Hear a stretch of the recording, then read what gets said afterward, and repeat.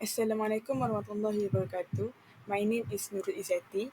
I will be introduced about what this experiment for.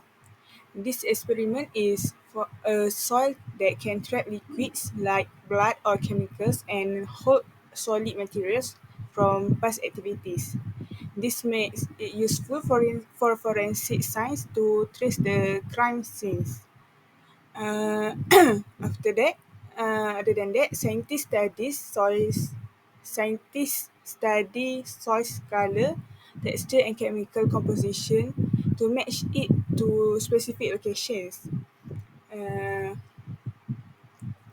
Infrared spectroscopy helps detect the elements like nitrogen and carbon. The best analysis method for DRIFT or drift works by grinding soil finely, while ATR can be improved with a little water.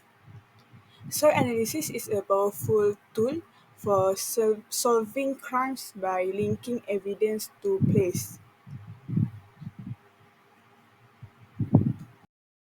Assalamualaikum, my name is Nur Shuhada. I will continue on my part, which is the objective for the experiment. The objective for the experiment is to determine the feasibility of using vibrational spectroscopy techniques for the analysis of soil samples in order to characterize a specific area and hence create a soil map for use in forensic investigation. My name is Nurul Akilah, and for my part, I will present the method for sample collection and sample preparation. The first method is collection. The soil sample were collected from the three different areas, which is area A, area B, and area C. Area A is near the parking area, area B is near the former landfill, and area C is near the stream bank. 5 samples of approximately 20 grams each were collected within a 2-meter radius at depth of half inch or less. 3 samples were then further divided to 10 or 20 subsamples. The next step is sieving and grinding. The sample was sieved to remove debris and fine particle passes through a 140 mesh screen and grounded with mortar and pestle for uniformity. The next method is weighing. A weighing by different methods are used to measure the sample precisely. The next step is drying. The sample will dry at 105 degrees Celsius to 110 degrees Celsius to remove moisture while preserving the organic material. Then drying was repeated until a constant value of 0.2 mg was achieved. The next step is the prepared sample are stored in the desiccator to prevent the moisture absorption before the analysis. Approximately 1.5 gram of each of the 15 soil sample was transferred into the weighing bottle and weighed in triplicate. Samples were heated for 2 hours at 105 degrees Celsius to 110 degrees Celsius and then cooled in a desiccator before weighing them in triplicate. The 1.5 gram sample sieved using a 140 mesh spectroscopy. Sample was then performed by ATR DRIFT. Next, the importance of analyzing and light from the sample. First, assessing safety and compliance. In cases like chlorpyrifos in water, analysis helps ensure the sample meets regulatory standards for safety in order to protecting public health. Second, environmental monitoring. By determining the presence and concentration of contaminants, it will help identify pollution sources and assess their environmental impact. Third, quality control. In industries, analyzing samples ensures product quality and consistency, helping to meet customer and regulatory requirements. Fourth, research and development. Analysis aids in understanding chemical properties, interactions, and behaviors, contributing to innovation and process optimization. Lastly, the importance of analyzing and light from the sample contribute in decision making. Accurate data on analyte concentration enables informed decision in areas like water treatment, industrial processing, or environmental remediation. Why the spectroscopic method is chosen compared with other methods? First, IR is a non-destructive analysis. IR spectroscopy allows the analysis of soil samples without significant alteration, preserving their physical and chemical integrity. Second, IR is rapid and cost-effective. The technique requires minimal sample preparation and provides quick results, making it efficient and cost-effective for large-scale studies. Third, identification of functional groups. IR spectroscopy excels in detecting organic and inorganic compounds by identifying functional groups, enabling a comprehensive understanding of soil composition. Fourth, versatility.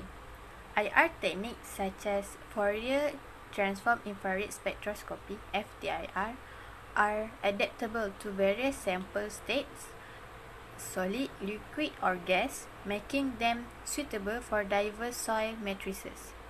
Fifth, quantitative and qualitative analysis. IR spectroscopy not only identifies chemical compounds but also quantifies them, providing detailed insight into soil properties. 6. Environmental consideration. Unlike methods requiring extensive chemicals or solvents, IR spectroscopy is environmentally friendly and aligns with green chemistry principles. Last but not least, 7. Broad applications. It is effective for studying soil organic matter, minerals, contamination levels, and nutrient content, making it a versatile tool in environmental science and agriculture.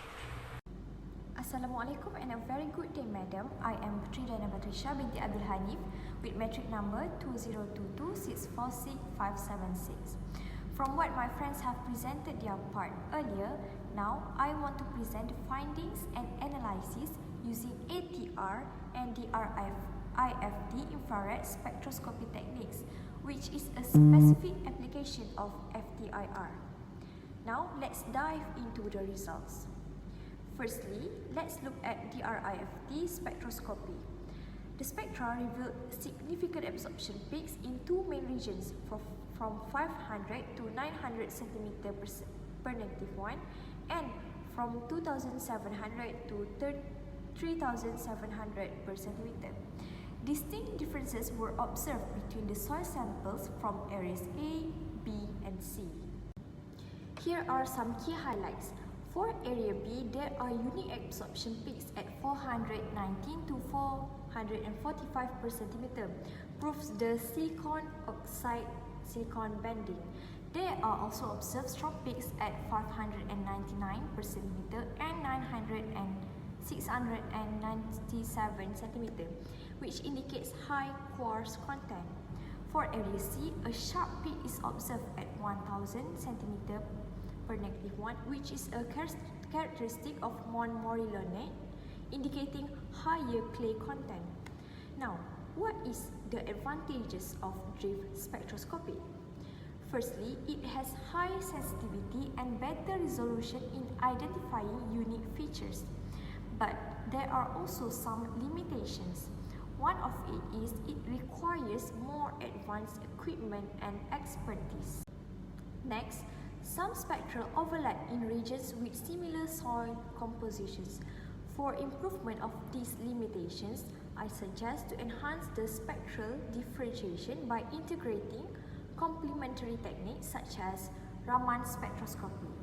Secondly, we can also improve the spectral clarity using advanced pre-processing algorithms for noise reduction.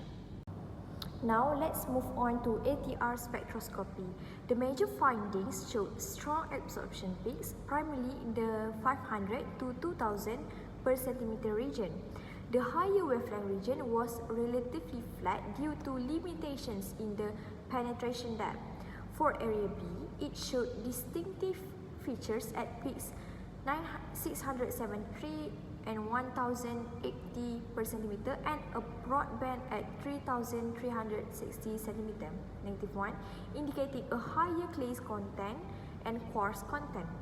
For ATR spectroscopy, the advantages of using this approach is number 1, simple sample preparation with minimal alteration, and secondly, ATR spectroscopy is effective for analyzing smaller sample quantities. However, there are some limitations when using ATR spectroscopy. First of it is, it has lower resolution compared to drift, especially for complex mixtures. Secondly, ATR has limited sensitivity for deeply buried features due to shallow penetration depth.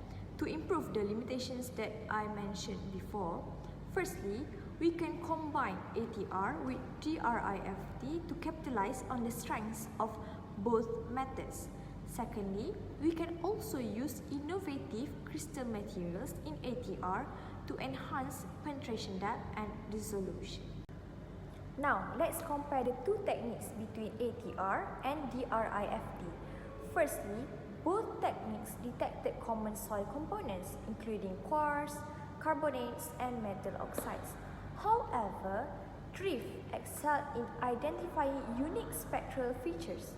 Firstly, it clearly highlighted amide and phenolic OH bands, which were essential for soil differentiation. So now, let's discuss why drift outperformed ATR. This is because drift showed higher sensitivity and richer spectral detail, especially in the fingerprint region.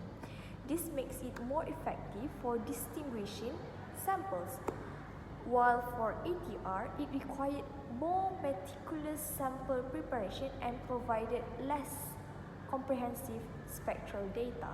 So, all in all, here are some suggestions that can be applied for both techniques. Firstly, we can use multivariate statistical analysis to enhance classification accuracy. Secondly, we can consider hybrid approaches where we integrate drift and ATR data to maximize both sensitivity and resolution. That's all from me. Thank you. In conclusion, this study confirms that ATR and DRIFT spectroscopy can effectively differentiate soil samples, especially when combined with statistical analysis. While Area B was clearly distinct due to environmental factors, Areas A and C were harder to distinguish due to their proximity. Future research should expand to more regions for further validation. That's all from us. Thank you.